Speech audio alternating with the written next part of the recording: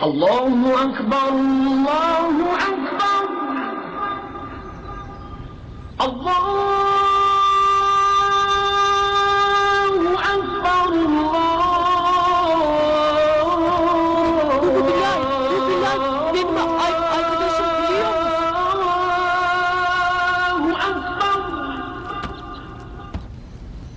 أشهد أن لا إله إلا الله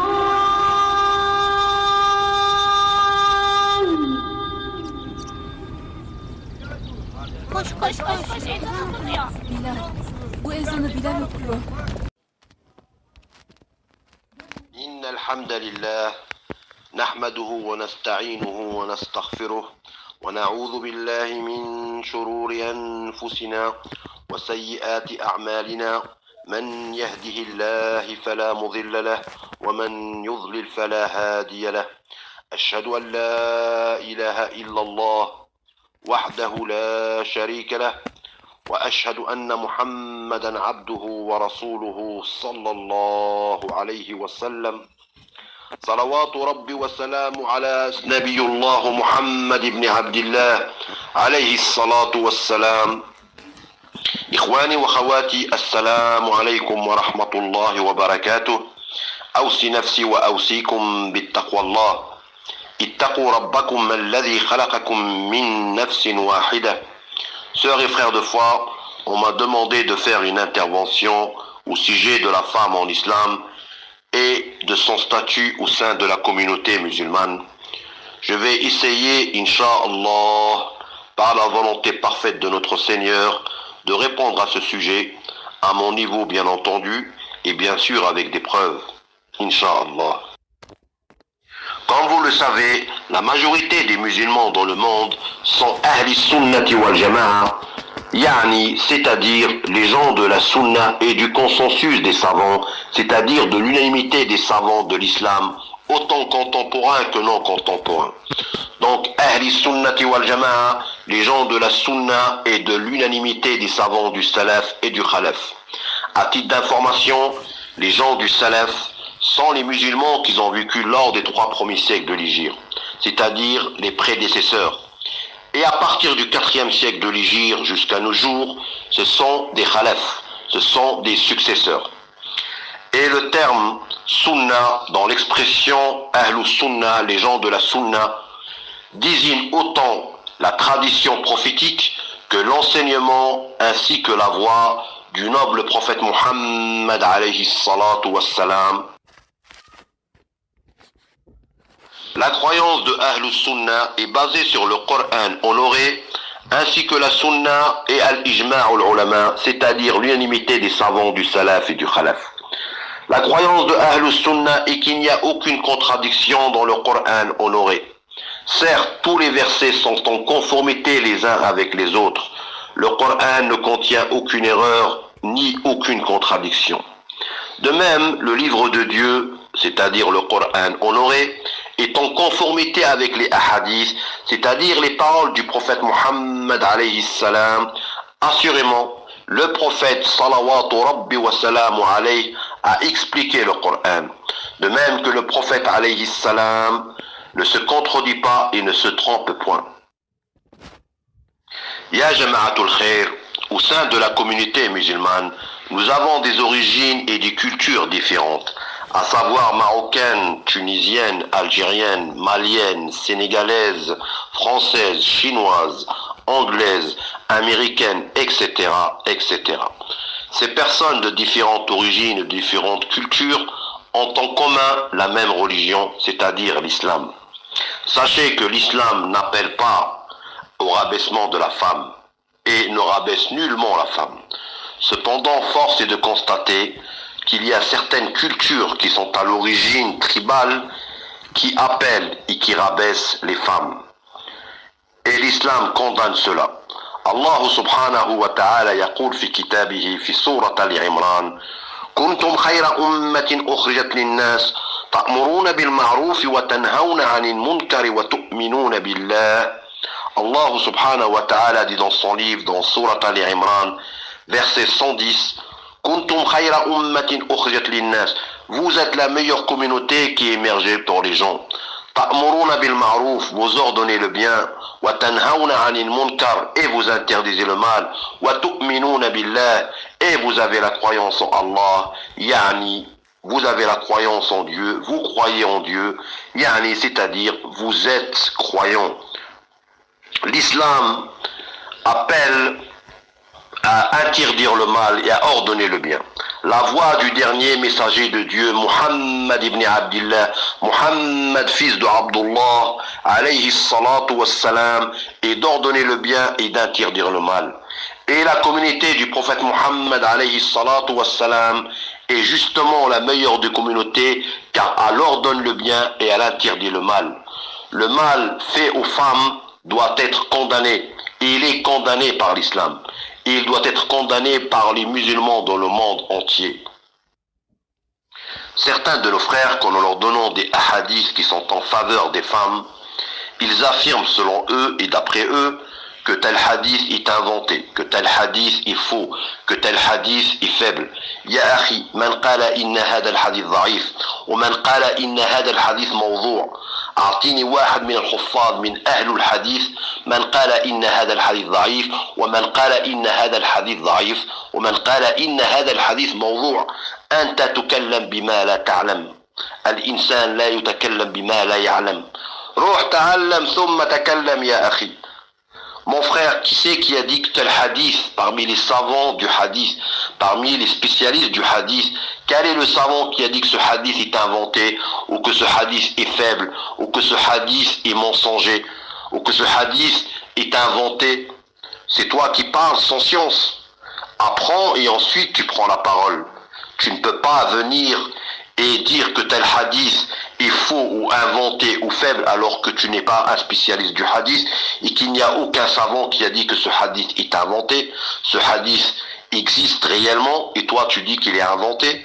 Tu parles de ce dont tu n'as pas de science. La personne alors apprend et ensuite elle prend la parole. Donc ces frères-là, comme il y a des hadiths, des textes qui sont en faveur des femmes, ils disent, comme ça leur plaît pas, ils disent que ce hadith est inventé. Ya subhanallah, ce n'est pas à l'islam de se réformer face aux gens, mais c'est aux gens de se réformer face à l'islam. Certains de nos frères prennent ce qui les arrange dans notre religion et ils laissent ce qui ne les arrange pas. Ya ayyuhan nas, ittaqu rabbakum, ittaqu Allah subhanahu wa ta'ala. Ô gens, craignez votre Seigneur, craignez Allah subhanahu wa ta'ala, faites preuve de piété envers notre Seigneur et notre Créateur, qui est Allah azza wa jal. Vous ne pouvez pas prendre ce qui vous arrange et délaisser ce qui ne vous arrange pas. Subhanallah, craignez Allah subhanahu wa ta'ala, craignez notre Seigneur. Allah subhanahu wa ta'ala يقول في كتابه في سورة الزمر قل هل يستوي الذين يعلمون والذين لا يعلمون. Allah subhanahu wa ta'ala dit dans son livre, à savoir le Coran honoré, dans Surat al-Zumar, verset 9, dit, sont-ils équivalents ceux qui savent et ceux qui ne savent pas? C'est un verset en forme d'interro négative, qui signifie ceux qui savent ne sont pas équivalents, n'ont pas la même équivalence que ceux qui ne savent pas. رسول الله يقول في الحديث رواه الإمام البيهقي طلب العلم فريضة على كل مسلم. Le messager de Allah alayhi salatu wassalam يقول, a dit dans un hadith rapporté par l'imam al-Bayhaqi, la recherche de la science de la religion est une obligation pour tout musulman. Et la musulmane est bien entendu sous-entendue dans le hadith. Donc la personne, elle doit apprendre correctement sa religion. La personne, elle doit apprendre sa religion. Elle doit apprendre la science de la religion. Il y a un minimum obligatoire à connaître pour les musulmans ainsi que les musulmanes. Donc la science de la religion, la science précède la parole. On apprend et ensuite on prend la parole et ensuite on parle. Et non, la religion n'est pas de l'avis de chacun. Ce n'est pas la personne comme certains de nos frères qui parlent au nom de leur passion. Ils prennent ce qui les arrange et ils ne prennent pas ce qui les arrange pas. Ce n'est pas comme ça la religion. L'islam, c'est la soumission. On est soumis à Allah subhanahu wa ta'ala.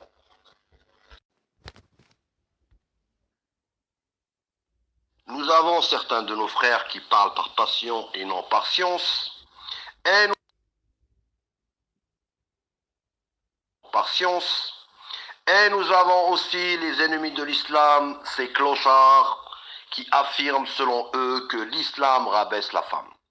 Plus ou moins, vous connaissez les arguments plus que boiteux de ces derniers, de ces clochards, vous m'excuserez du terme, à savoir d'après eux que les musulmanes sont soumises aux hommes, etc., etc., etc. Que peut-on répondre à ces gens-là? Que peut-on répondre à ces gens qui parlent sans science? Ils ne sont même pas musulmans. La première chose que ces gens doivent savoir, c'est qu'ils ne sont pas aptes. C'est des incompétents. Ils ne sont pas aptes à parler au nom de notre religion. Ils ne connaissent pas notre religion. Ils prennent certains faits de nos frères, certains actes et comportements plus que mauvais de certains de nos frères, donc c'est culturel, et ils l'assimilent à l'islam. Donc, le premier argument que nous allons apporter à ces clochards, à ces ennemis de l'islam, c'est que le musulman ainsi que la musulmane sont soumis à Dieu. Et que Allah subhanahu wa ta'ala nous préserve de nous rebeller contre lui. L'islam, c'est la soumission. Nous sommes soumis à Allah subhanahu wa ta'ala.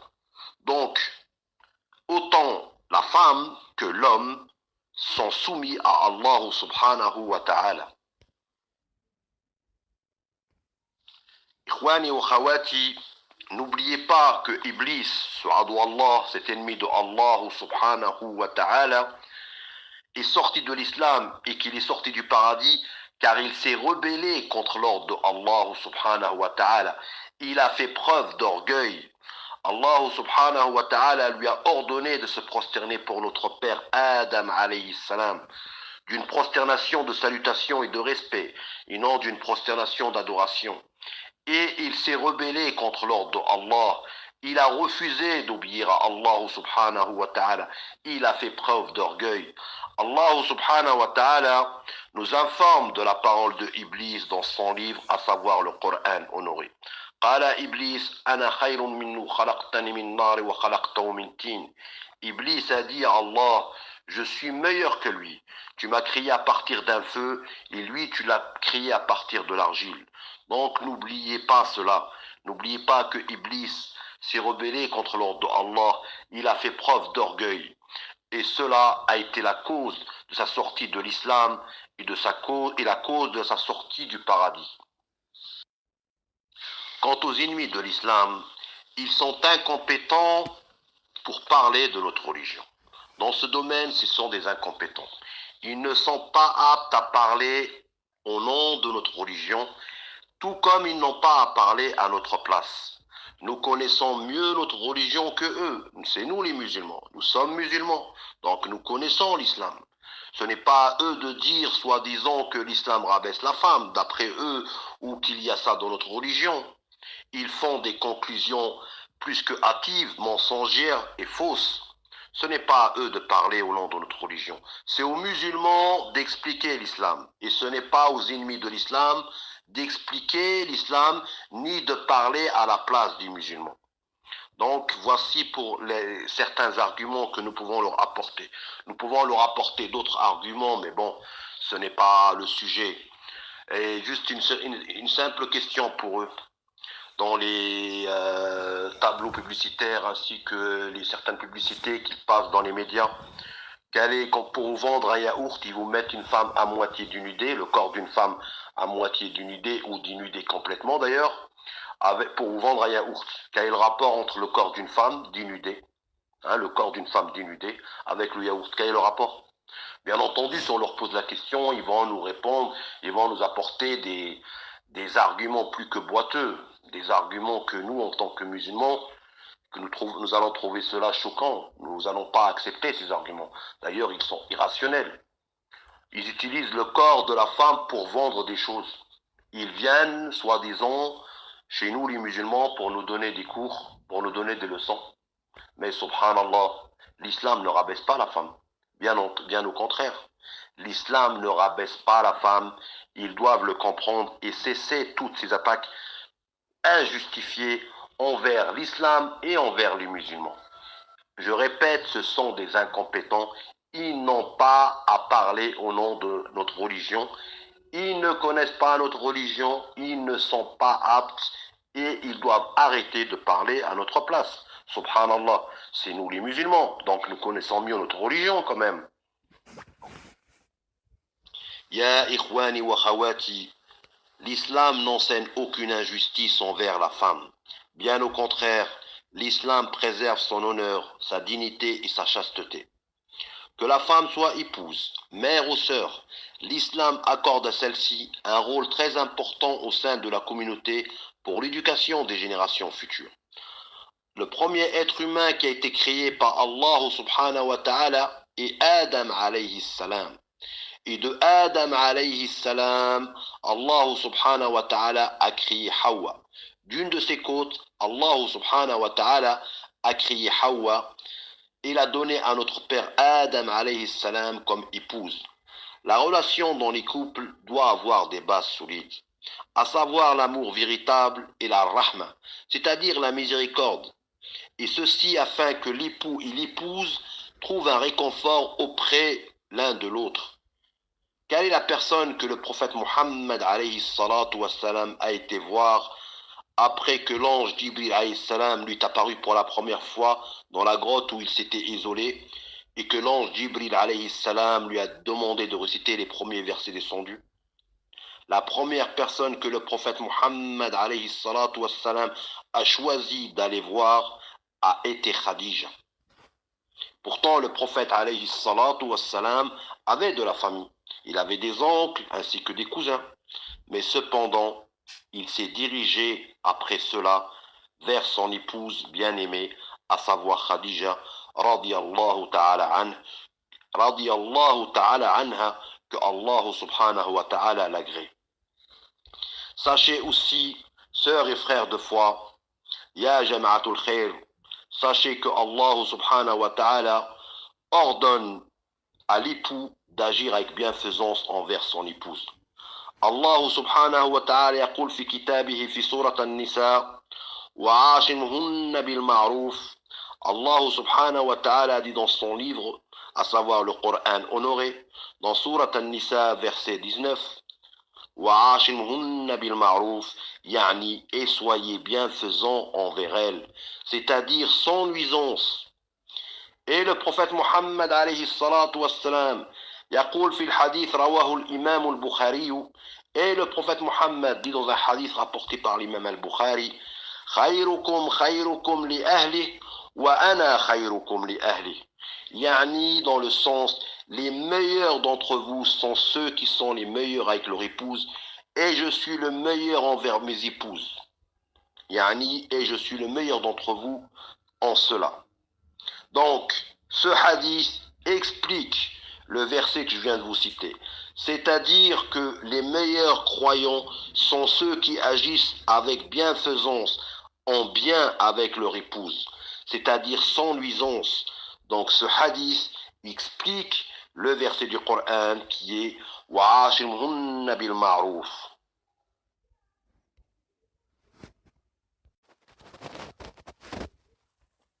C'est un grand bienfait que Allah subhanahu wa ta'ala a accordé aux hommes en leur donnant des épouses en tant que compagnes dans la vie d'ici-bas et mères de leurs enfants. De nos jours, actuellement, il y a certains de nos frères qui viennent et qui vous disent « Ma femme ne me respecte pas. » Oui, mais toi, Harry, et toi, frère, et toi, mon frère, est-ce que tu la respectes? Parce que le respect, c'est mutuel, n'est-ce pas? Le respect, c'est mutuel.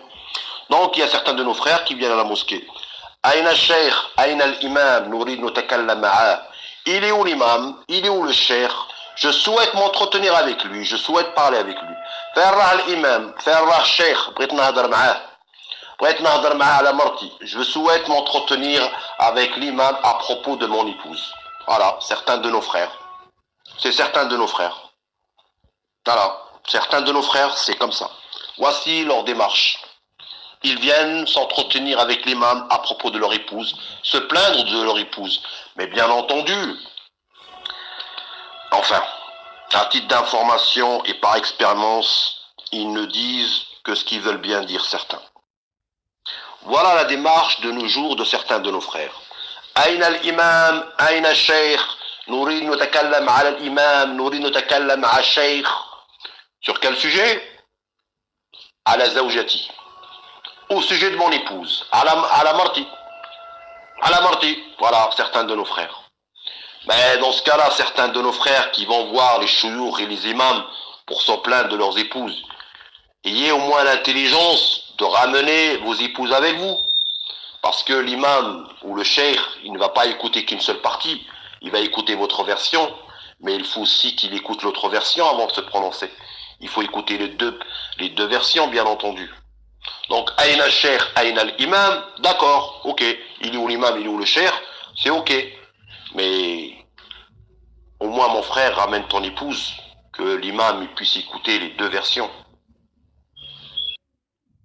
Certains de nos frères, quand l'imam il lui dit khaf mar rabbi, tehillaf martak, quand l'imam il lui dit crains Allah et prends soin de ton épouse, ben ils n'acceptent pas le nasiha, ils n'acceptent pas le conseil.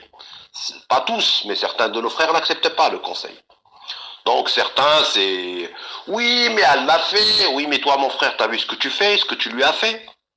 Faut pas seulement voir d'un côté, il faut voir des deux côtés. Faut un petit peu s'ouvrir l'esprit, voir un petit peu aussi tes erreurs à toi.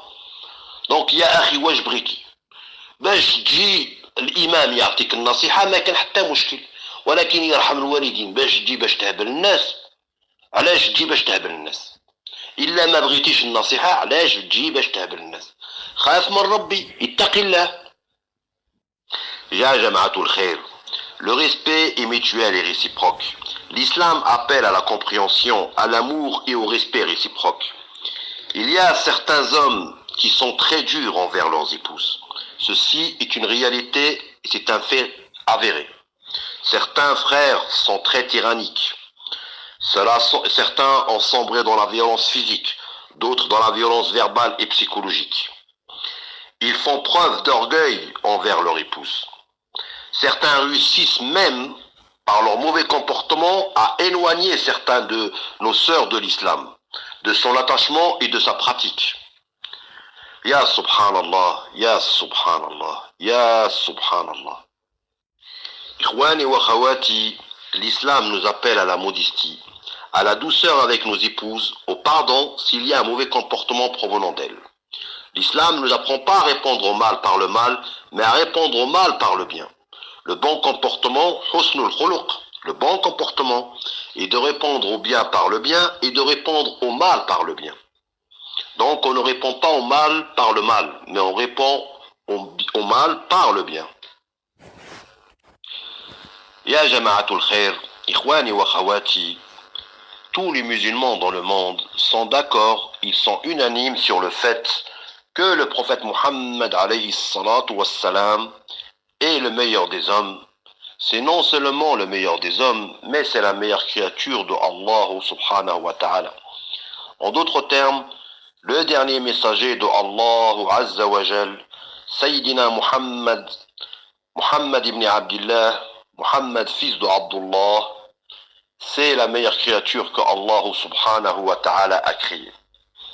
Le prophète Muhammad alayhi salatu wa salam, sallallahu alayhi wa sallam, salawatu rabbi wa salamu alayhi, nous a enseigné l'islam. Il nous a enseigné les règles de la vie conjugale. La propre personne du prophète Muhammad est un exemple. Le prophète Muhammad alayhi salatu wa salam nous a donné comme exemple sa propre personne. Il a été rapporté de la sira du prophète Muhammad alayhi salatu wa salam que lorsqu'il sortait, il saluait ses épouses en leur disant Assalamu alaykum ahl al-bayti wa rahmatullahi wa barakatuh. N'est-ce pas qu'en saluant ainsi son épouse, on lui procure de la joie dans le cœur? De nos jours, certains de nos frères, ils saluent comment leur épouse? Certains, c'est j'y vais, je reviens à midi, il y a intérêt à ce que le repas soit prêt. Donc c'est par des menaces. Il faut dire les choses. Certains de nos frères, ils ont ce comportement et il faut le dénoncer. Certains de nos frères, ils se comportent ainsi. Ils se comportent ainsi avec leur épouse. Subhanallah, c'est l'exemple, l'exemple c'est le prophète. Celui qu'il faut suivre, c'est le prophète Muhammad. Ce n'est pas son nefs ni ses passions qu'il faut suivre.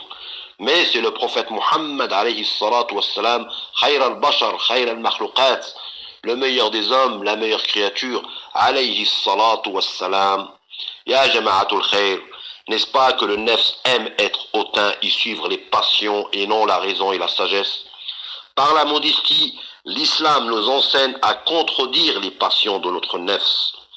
Sachez que le prophète alayhi salam faisait lui-même le trait de la brebis. Il faisait lui-même le trait de sa brebis. Il aidait ses épouses dans les tâches ménagères. Il raccommodait lui-même ses vêtements et ses sandales. Il puisait lui-même l'eau qu'il utilisait. Il n'attendait pas que ses épouses le fassent. Certains de nos frères, avec leur épouse, c'est comment? Actuellement, certains, pas tous. Certains de nos frères, est-ce qu'ils aident leurs femmes, leurs épouses dans les tâches ménagères? Certains croient que l'homme, être un homme, c'est arriver et poser, arriver à la maison et poser les jambes sur la table du salon, en attendant que l'épouse lui ramène tout. C'est tout juste, certains n'attendent pas qu'il ouvre la bouche et qu'elle le nourrisse. Subhanallah. Certains de nos frères sont assistés, n'est-ce pas? Il y a certains de nos frères qui piquent une crise parce que le repas n'a pas été fait. Allahu a'lam, Dieu il sait. Si son épouse est malade, ou fatiguée, ou qu'elle a eu quelque chose qui lui est arrivé. Donc il y a une raison pour laquelle elle n'a pas fait à manger. Mais subhanallah, il n'y a pas besoin de s'énerver, ni de piquer une crise. Il peut aller chercher à manger à l'extérieur, ou il peut aussi faire lui-même à manger. Faire des poissons panés, c'est pas compliqué. Maintenant, si le frère, en faisant simplement des poissons panés ou en cassant 2 ou 3 œufs, il risque de mettre le feu à la baraque et que 10 minutes après, il y a les pompiers qui rappliquent, oui, effectivement, vaut mieux pas qu'il fasse à manger. Ah, mais bon, il faut arrêter de se comporter comme ça avec certaines de nos sœurs, subhanallah. Voilà, le rappel sur ce sujet touche à sa fin. J'espère n'avoir blessé personne, ce n'était pas mon intention. Mais simplement expliquer les choses correctement et réveiller certaines consciences. Wallahu subhanahu wa ta'ala a'lam wa ahkam walhamdulillahi rabbil alamin wa barakallahu fikum. Assalamu alaykum wa rahmatullahi wa barakatuh. طلع البدر علينا من ثنيات الوداع وجب الشكر علينا ما دعا لله داع أيها المبعوث فينا جئت بالأمر المطاع جئت شرفت المدينة مرحبا يا خير داع مرحبا يا خير داع